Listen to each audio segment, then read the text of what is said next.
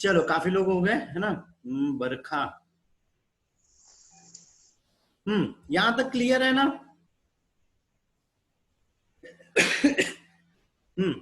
हम किसकी बात कर रहे थे, हम सैरोगेट मदर की बात कर रहे थे ना। तो सैरोगेट मदर पीछे भी एक 4th चैप्टर में भी आया था, है ना, इन विट्रो वाले इसमें इनफर्टिलिटी के ट्रीटमेंट के लिए कि हम सैरोगेट मदर का यूज करते हैं ना। सारे लोग म्यूट रखोगे। स्वाति बेटा मोबाइल को ज्यादा उठा पटक मत करा करो, एक जगह ही रखा करो, ठीक है।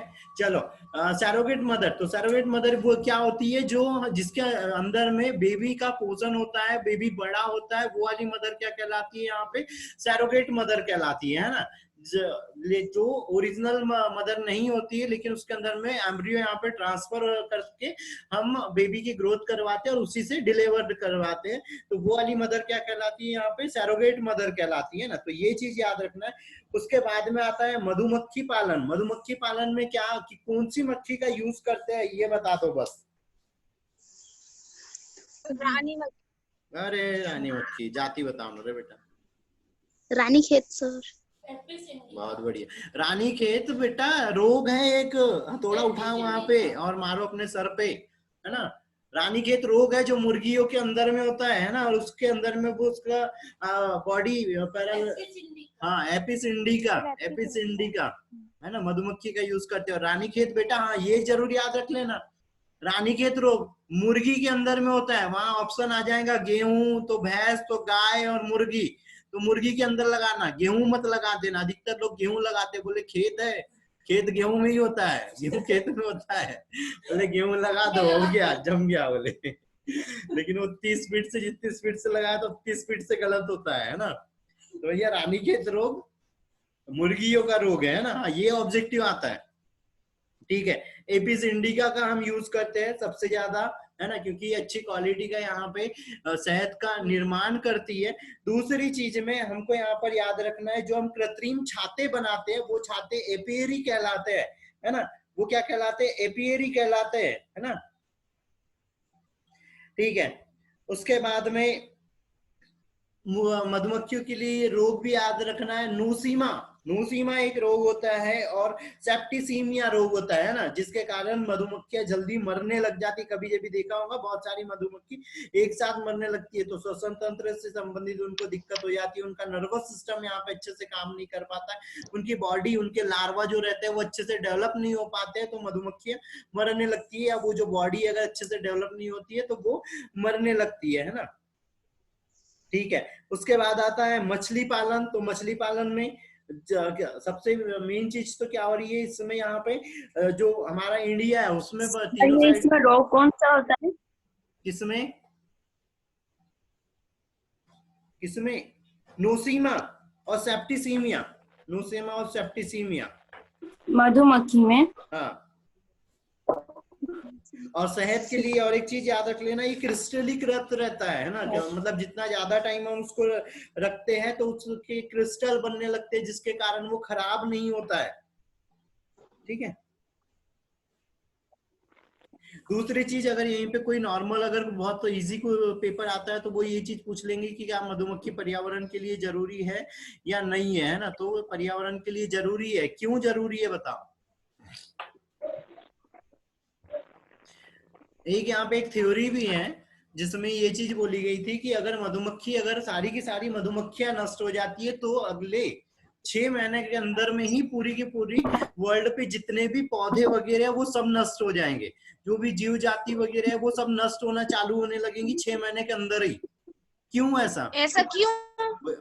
वही मैं भी पूछ रहा हूँ, ऐसा क्यों सर? वो सर, उसमें हेल्प परागकण करती हो है, सकता है। परागकण के का वो ट्रांस इधर से उधर, परागकण को वो ट्रांसफर करती है ना। कीट परागन पढ़ा था हमने, है ना। तो सबसे ज्यादा संख्या किसकी है इंसेक्ट में अगर है तो वो मधुमक्खियों की है, और मधुमक्खी परागन करता कहलाती है। ये पॉलिनेशन में हेल्प करती है सारे परागकणों को।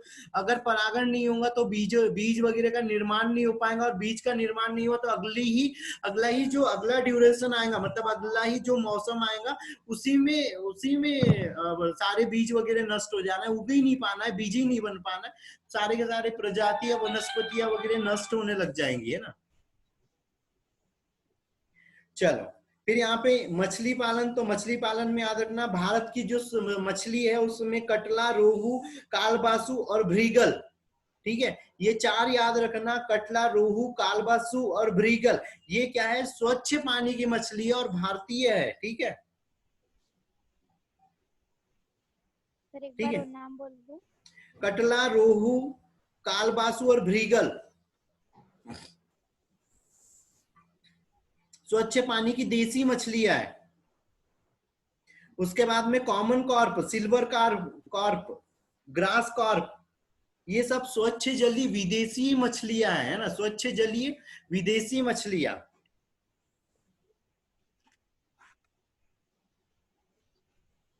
ठीक है। Common carp, silver carp, grass carp, स्वच्छ जलीय विदेशी मछलियां। उसके बाद में खारे पानी वाली याद रखना है, hilsa, sardine, Bombay duck, hilsa, sardine, Bombay duck, mackerel,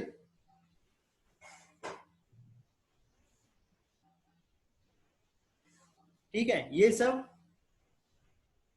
खारे पानी की मछलियां है ना, समुद्र में पाई जाने वाली। जी सर। ठीक है, फिर जो स्वच्छ जल में पाई जाती है वो सारी की सारी जो मछलियां होती है वो क्या कहलाती है, साइप्रिडिन प्रजाति की है, और ये सब कार्प कहलाती है। ये वर्ड भी याद रखना है, कार्प, स्वच्छ जल की मछलियां जो साइप्रिडिन, साइप्रिनिडिन प्रजाति की है, साइप्रिनिडिन प्रजाति की है, वो सब कार्प कहलाती है, ठीक है। एक्वाकल्चर और एपीकल्चर में अंतर बताओ। तो एपीकल्चर मछली पालन होगा। हाँ, एक्वाकल्चर एपीकल्चर मछली पालन और एपीकल्चर मधुमक्खी पालन। पानी में खेती। ठीक है, अंतर कंफ्यूज नहीं होना है ना। और मेरीकल्चर, मेरीकल्चर समुद्री जीवों की कृषि करना, समुद्री पादप जंतुओं को पालना, मेरीकल्चर, ठीक है। फिर याद रहेगा इतना? Yes sir. ठीक है, इसी के लिए क्रांति चलाई गई थी, वो क्या क्या थी क्रांति? किसके लिए? मछली पालन के लिए, या जो एक्वाकल्चर है उसको बढ़ावा देने के लिए। नीली क्रांति सर, नीली क्रांति। जी ना। ठीक है, नीली क्रांति है ना, ठीक है। और ये कौन सी पंचवर्षीय योजना के अंतर्गत थी? 5वीं पंचवर्षीय योजना के अंतर्गत में थी, ठीक है, ठीक है,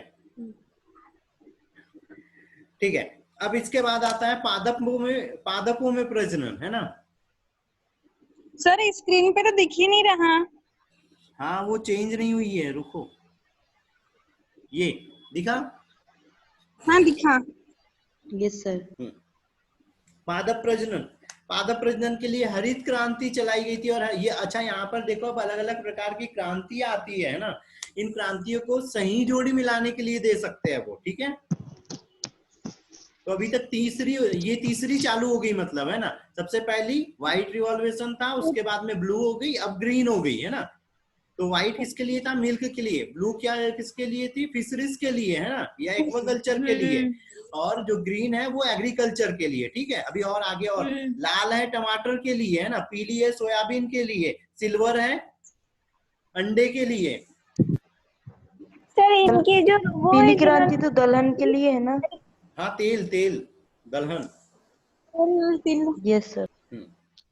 सर हरित क्रांति के जनक डॉक्टर एम.एस. स्वामीनाथन है। हाँ, HMS स्वामीनाथन है। तो क्यों चलाई गई थी वो बताने की यहाँ पे जरूरत नहीं है ना।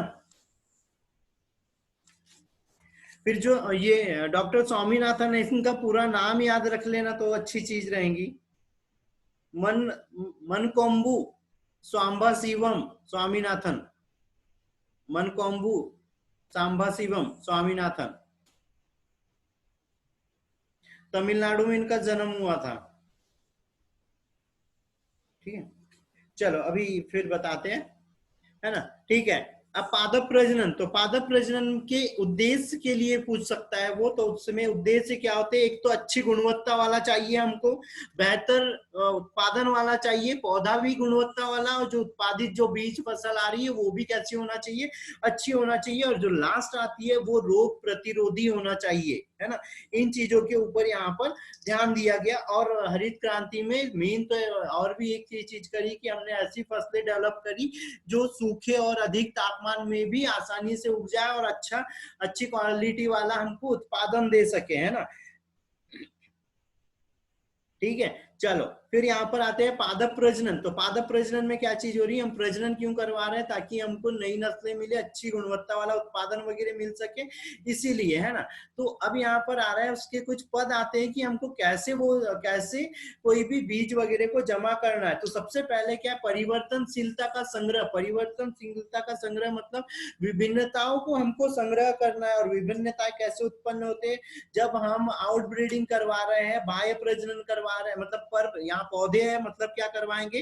पर परागण करवाएंगे हम। यहाँ पे संकरण जब उसके अंदर में करवाते हैं तो हमको यहाँ पे नए लक्षण हमको देखने को मिलते हैं, नई हमको जीनों का प्रभाव देखने को मिलता है, तो नई हमको जातियां मिल जाती है ना। फिर यहाँ पे जनकों का मूल्यांकन व चयन। अब जो हमने संकरण करवाया है उसके, या जब हमने पर परागण कराया, तो हमको जो अब यहाँ पे जो नए पौधे मिले उनको संग्रह करना है और उनसे अच्छे जनक तैयार करना है, जिसके अंदर में हमारे वांछित वाले गुण उपस्थित हो, जिससे हमको ज्यादा उत्पादन मिल सके। फिर जो चयनित हमने जो बीज या पादप यहाँ पे जिनका चयन किया, उनके बीच में हम यहाँ पे संकरण करवाते हैं, और फिर उनसे जो नए पौधे मिलते हैं उनको हम देखते हैं कि उनसे हमको किस तरह का उत्पादन मिल रहा है, या फिर कैसे हमको स्वस्थ यहाँ पे या अच्छे लक्षण और स्वस्थ वाले पौधे जो मिलेंगे, फिर से उनको हम अलग करेंगे। और लास्ट में क्या आ जाता है? श्रेष्ठ पुनर्योगत चयन तथा परीक्षण। मतलब अब जो हमने यहाँ पे प्रजनन करवाया उसके अंदर में जो पौधे मिले उसमें से भी हम और अच्छे वाले को छांट लेंगे और देखेंगे कि उनकी क्वालिटी वगैरह अच्छी है नहीं है, क्या चीज है, कौन सी क्वालिटी वाले उसमें हमको पौधे प्राप्त हुए। उसके बाद में उसका व्यापारीकरण आ जाता है, मतलब उसको हम खेत में लगाने के लिए किसानों को दे देते हैं। तो इसका सीक्वेंस याद रखना है बेटा, ठीक है, सीक्वेंस याद रखना, ठीक है। ठीक है, इतना ठीक है। हाँ सर।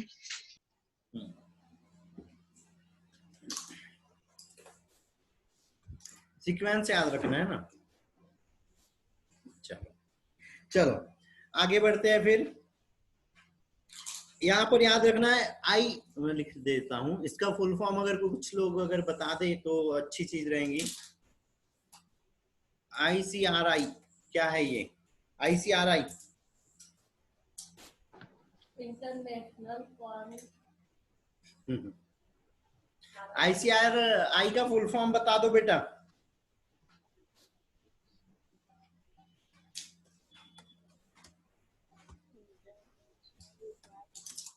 बताओगे? ऐसे टाइम पे सब पूछता हूँ तो सब गायब कैसे हो जाते हैं भाई? बाकी टाइम तो सबके माइक हो जाते हैं। नहीं सर, आई नहीं। ICRI और IARI क्या है बताओ? दोनों बताओ। चलो ये होमवर्क में भाई, ठीक है, होमवर्क में, ठीक है, मैसेज कर देना ढूंढ के। और ये कहाँ पर स्थित है वो भी बताना है, ठीक है। ये रिसर्च सेंटर है, ये बता दे रहा हूँ, रिसर्च इंस्टीट्यूट है, ठीक है, रिसर्च सेंटर है, लेकिन कहाँ पर है, किस का है, वो तुम लोगों को बताना है, ठीक है। चलो उसके बाद आती है हरित क्रांति। तो हरित क्रांति में जो स्वामीनाथन जी थे उनके साथ में और कौन थे? तो नॉर्मन ई बोरलॉग थे, ठीक है, नॉर्मन ई बोरलॉग, ठीक है। और इन्होंने मिलके नॉरेंटैन गेहूं की एक नस्ल का विकास किया था, नॉरेंटैन, ठीक है।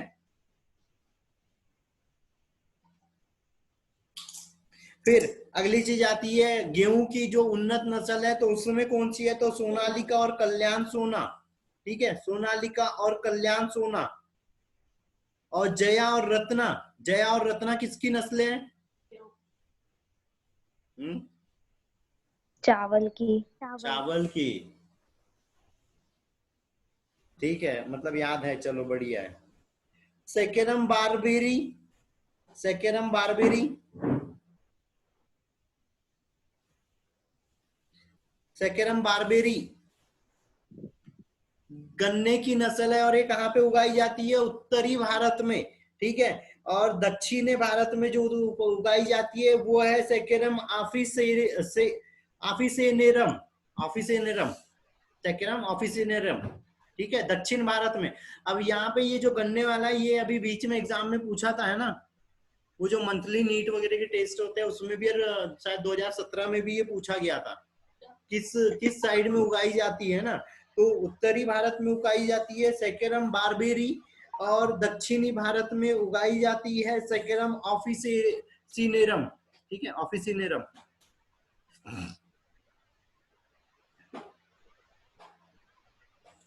अनुभूति का कनेक्ट नहीं हो रहा है क्या?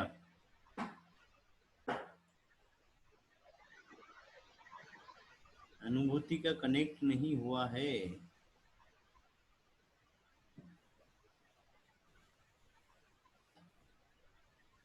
देखो, जिसका भी बीच में कनेक्ट वगैरह वो होता है ना, वो एक बार पूरा ही बाहर निकला करो, पूरा बाहर निकला करो और उसके बाद में फिर कनेक्ट किया करो। ठीक है, चलो ये इतना याद रहेगा। फिर यस सर। फिर the sugar cane breeding centre कहाँ पे स्थित है? The sugar cane breeding centre कहाँ पे स्थित है? कोयम्बटूर। कोयम्बटूर में। ठीक है, और कोयम्बटूर कहाँ स्थित है भाई, ये भी बता दो। कोयम्बटूर कहाँ है? तमिलनाडु में। बहुत बढ़िया, तमिलनाडु में।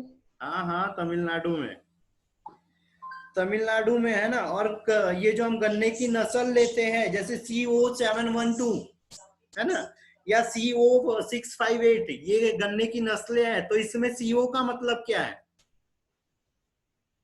कोयम्बटूर। हाँ ठीक है, सबका कोयम्बटूर ही है। ठीक है, चलो अगली चीज।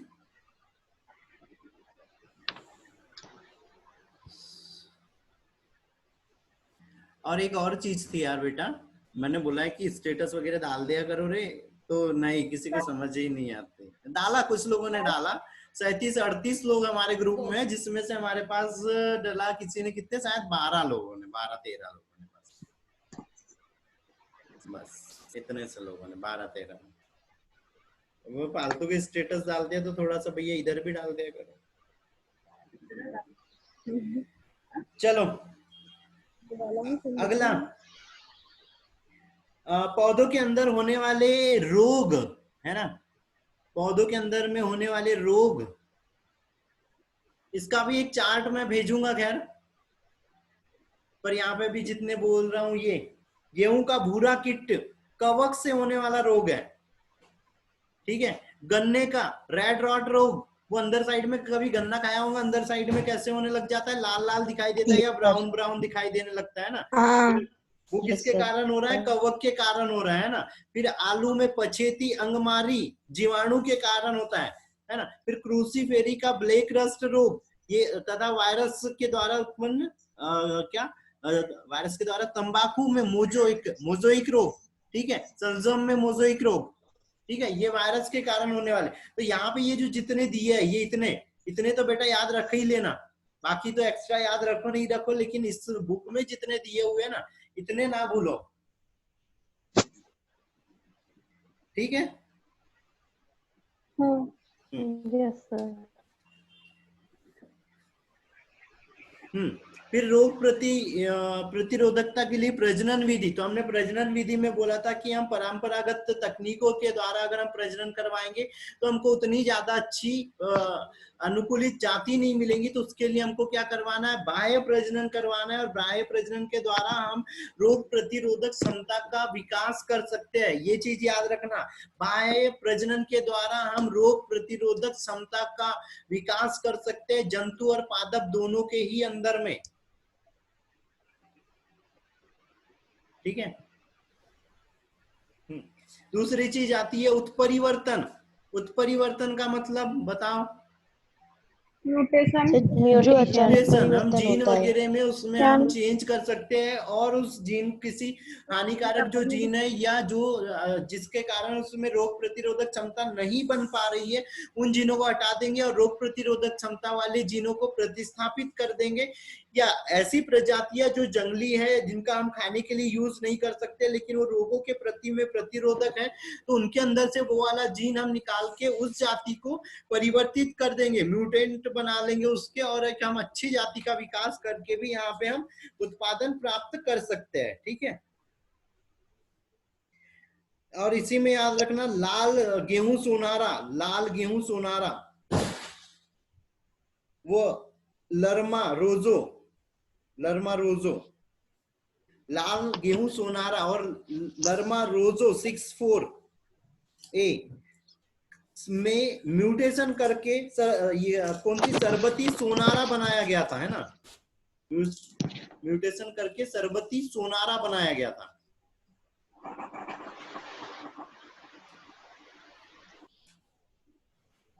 ठीक है,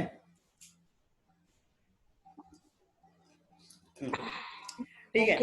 अगली चीज याद रखना है, भौतिक उत्परिवर्तन करने के लिए हम क्या करते हैं, यहाँ पे रेडिएशन का उपयोग करते हैं। और रेडिएशन में हम अल्ट्रावायलेट रेज हो गई, एक्सरे हो गया, इनका प्रयोग करते हैं, गामा रेज का यूज करते हैं। और इसको रेडियो एक्टिव करने के लिए हम कोबाल्ट 60 और 137 सीजियम से रेडियो एक्टिव मतलब रेडिएशन प्राप्त करते हैं। कोबाल्ट 60 और सीजियम 137, सीजियम 137, कोबाल्ट 60।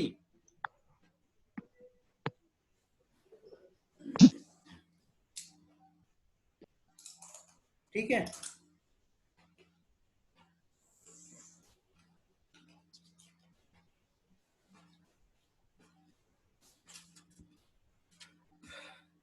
कितना ठीक है बेटा?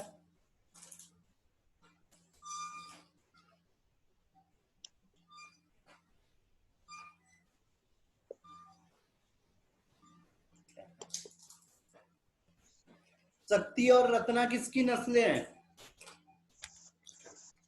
चावल की।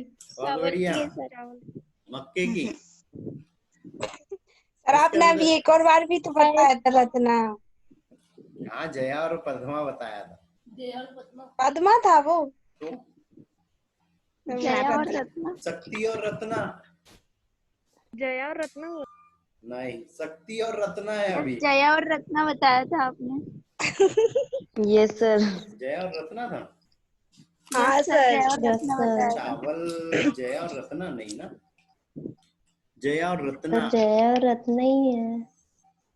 अच्छा हाँ, ये भी तो चावल की नस्ल है, चावल तो की सर भी फिर नस्ल ये है। मक्के की कैसे हो सकती है?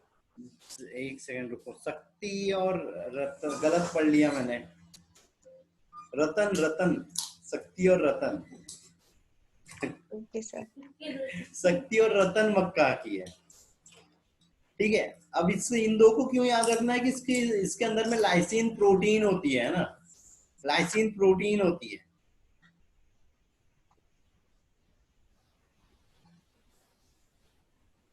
ना, लाइसिन बहुत ज्यादा मात्रा में होता है। ठीक है, अगला गेहूं की सबसे अच्छी नस्ल एटलस 66। और एटलस कौन है? एटलस बनना साइकिल है ना? हाँ हाँ। नहीं तो अच्छा, तो वो साइकिल का नाम एटलस साइकिल क्यों रखा था? पता नहीं। बता, किसी को नहीं पता?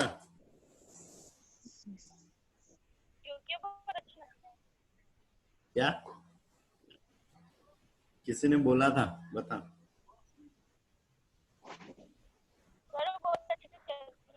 नहीं, थोड़ा सा नेटवर्क में और फिर बोलो ना, नहीं आ रहा है समझ। बहुत अच्छी चलती बोलते। क्या बहुत अच्छी चलती है?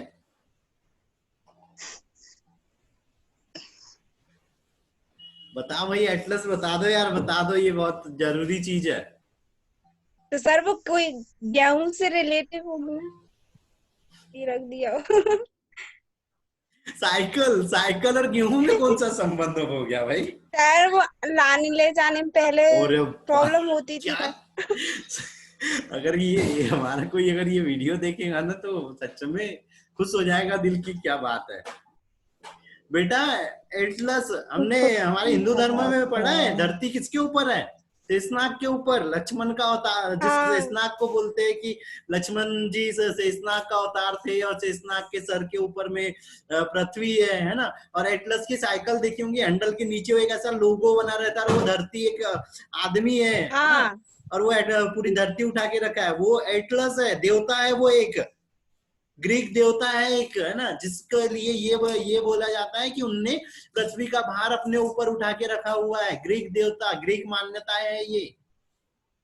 सर सच में है ऐसा?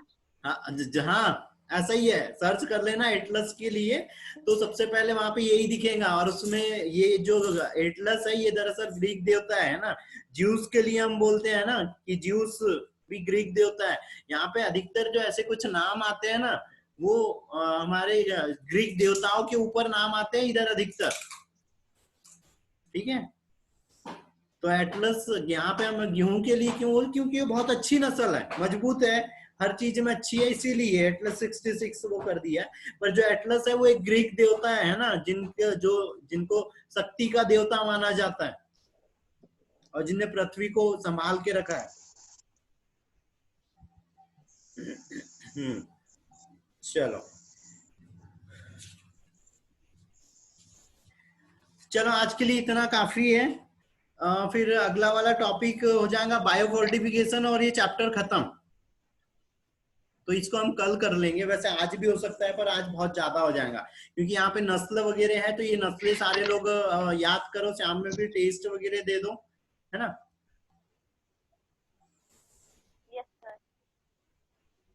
और बता देना कि फिर कैसा क्या है। और सब अब इसके बाद में तो लास्ट चैप्टर बचा हुआ है, 12th वाला पोर्शन फिर खत्म हो रहा है ना। 12th वाला पोर्शन खत्म होता है, उसके बाद में अब टाइम टेबल थोड़ा सा चेंज कर रहे थे। अभी जैसे दोनों क्लास सेम लग रही है ना, है ना। जैसे दोनों सेशन हमारे 12th के ही पोर्शन चला रहे हैं, दोनों में अब अलग अलग हो जाएगा। एक सेशन चालू होगा 11th के पोर्शन का और एक सेशन चलेगा 12th के पोर्शन का, ठीक है। टाइम डिसाइड करके बता दूंगा कि कौन से टाइम में कौन सा रहना है। हाँ लेकिन शाम वाले इसमें 11th 12th दोनों ही सेशन के ऑब्जेक्टिव रहते जाएंगे, मतलब पूरी बायो से ही उसमें ऑब्जेक्टिव रहते जाएंगे ना, और उनका एक्सप्लेनेशन चलते जाएगा। और ये 12th वाला पोर्शन के तो हो ही गए, तो ज्यादा से ज्यादा उसमें 12th वाले रहेंगे, कम रहेंगे तो 11th वाले पोर्शन के रहेंगे, है ना। और 11th वाला पोर्शन, जो 12th वाला नया पोर्शन चालू होगा वो दरअसल फर्स्ट चैप्टर से चालू करूंगा, ठीक है, फर्स्ट चैप्टर से चालू करूंगा। और उसमें दरअसल मेरे कुछ 12th वाले बच्चे भी जुड़ रहे हैं, तो थोड़ा सा हम उसमें एक्सप्लेनेशन ज्यादा चलेंगे, साथ में ऑब्जेक्टिव भी, है ना। और उसके लिए कोई अलग से एमसीक्यू सेशन नहीं रहेगा, जो शाम में होना है हमारा ये जीएनटी नीट वालों के लिए वो ही रहना है ना। तो 12th वालों के लिए मॉर्निंग में एक सेशन कंप्लीटली 12th बहुत धीरे से चलेंगे हर चीज समझाते हुए, और एक सेशन रहेगा 11th का पोर्शन का, है ना। लेकिन उसमें भी वही रहेगा, पढ़ाऊंगा सारी चीजें, है ना। ये नीट जीएनएसटी सारे के हिसाब से पढ़ाऊंगा, ऐसे नहीं कि एक लेवल ले लिया है 11th बोल रहा हूँ तो 11th के हिसाब से पढ़ाऊंगा, नहीं। वहां पर भी हम एक ही लेवल लेके चलेंगे, नीट का लेवल, है ना। सारे जो बच्चे हैं सारे लोग जानते हैं कि एक ही लेवल हम लेके चलते हैं नीट का, ठीक है।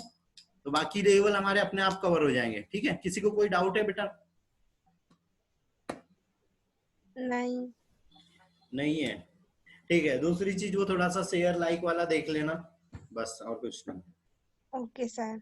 और थोड़ा सा शायद मेरे हिसाब से बायोटेक्नोलॉजी वाला चैप्टर मेरे हिसाब से मेरे को नहीं लगता है सब लोगों को बहुत इजी, अगर समझ आ गया तो बहुत अच्छी बात है, क्योंकि उस चैप्टर से किसी को कोई डाउट नहीं आ रहा है। उस चैप्टर से बेटा बहुत सारे डाउट होना चाहिए थे ना। सर ज्यादा कुछ समझ में ही नहीं आ रहा उसमें। वही इसीलिए तो बोल रहा हूँ, समझ नहीं आया है ठीक से। हाँ तो सर इसीलिए जितना हो जाता है उतना कर लेते हैं। तो उसके लिए उसमें जहाँ पे भी समझ नहीं आ रहा है उसका मैसेज छोड़ो ना। इसलिए तो मैं बोल रहा हूँ कि वो वाला चैप्टर देखो, पूरी बायो का अगर देखा जाए सबसे हार्ड चैप्टर उसी को बोला है ना। और उसमें से कि बस एक ने मेरे से 1-2 लोगों ने बस चीजें पूछी है, बाकी किसी ने कुछ भी नहीं पूछा। तो भाई उसको मैं फिर से बताने के लिए तैयार हूँ। जिसको जब भी जो भी डाउट आ रहा है, हमारी जब भी क्लास स्टार्ट होते जाएंगी, हम पहले उसको वो वाली वो कर लेंगे, लेकिन उसको 12th वाली क्लास में हम डिस्कस कर लेंगे, 11th वाले पोर्शन में हम उसको नहीं करेंगे। ठीक है, ग्रुप में मैसेज छोड़ दो, जिसको जो भी पॉइंट सही छोड़ दो, एडिंग ना सही, पॉइंट जहाँ पे जो लाइन समझ नहीं आ रही वो लाइन के लिए छोड़ दो, है ना। Okay sir. ठीक है, दूसरी ठीक है, बाकी सारी चीजें तो हो गई है। और कोई बाहर वगैरह नहीं हुई? हाँ सर 11th और 12th मतलब क्लास साथ में ही रहेंगी सुबह सुबह? टाइम डिसाइड देखते हैं ना। Okay sir. वैसे तो मेरे हिसाब से ये टाइम अपना सेट हो गया है, तो इसके कारण फिर बाकी दूसरों की क्लासें भी डिस्टर्ब नहीं होंगी, तो मेरे हिसाब से यही टाइम रहने दिया जाए कि एक हाँ क्लास सर, 10 से और एक क्लास 10:50 से रहने दो बस, है ना।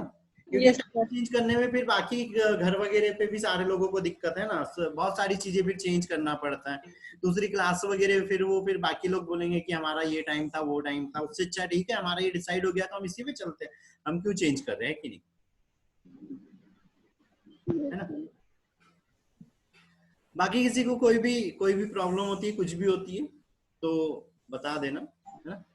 ठीक है, तो फिर गुड डे सभी को। बाहर नहीं घूमना और कोई, है ना, बाहर वगैरह नहीं घूमना, ये चीज थोड़ी सी और ध्यान रखो। हाँ ये चीज ध्यान रखो, है ना। कोई फैमिली मेंबर वगैरह भी बाहर से आ रहा है तो भैया उनको हाथ पैर धुलने के लिए बढ़िया सा पानी साबुन वगैरह सब चीजें दे दो, है ना, उसके बाद ही घर में घुसने दो। क्योंकि अभी लगातार केसेस बढ़ते जा रहे हैं, तो थोड़ी सी इस चीज को ध्यान रखो।